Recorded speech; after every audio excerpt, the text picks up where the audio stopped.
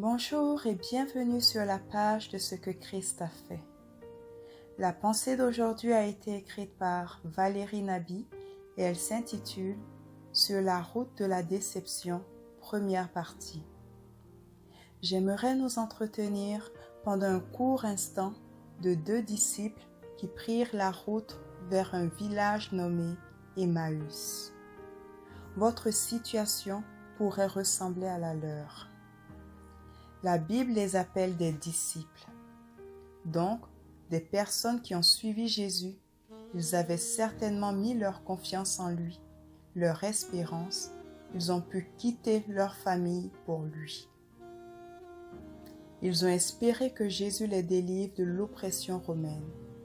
Mais voilà que leur attente, leur espoir tombe à l'eau, puisque celui sur qui ils comptaient venait d'être crucifié.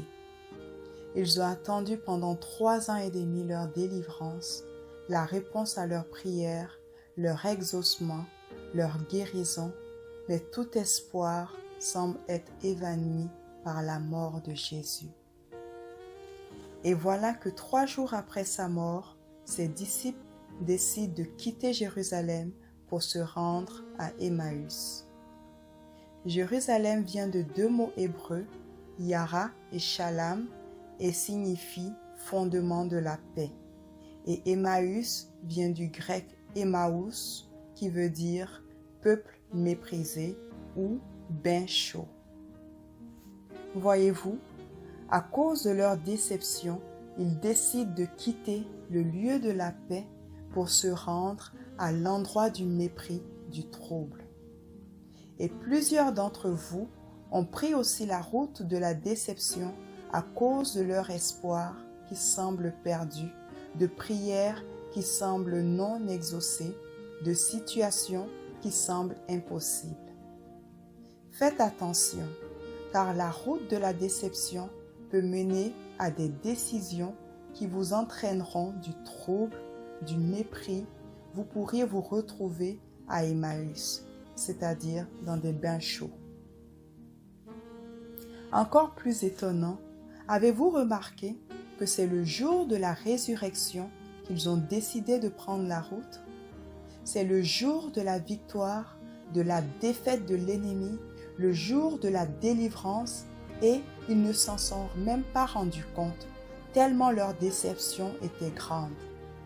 J'aimerais te dire de ne pas t'engager sur la route de la déception. Ne t'en vas pas à Emmaüs, car ton Dieu est fidèle et bon. Il ne t'a pas délaissé, ni oublié.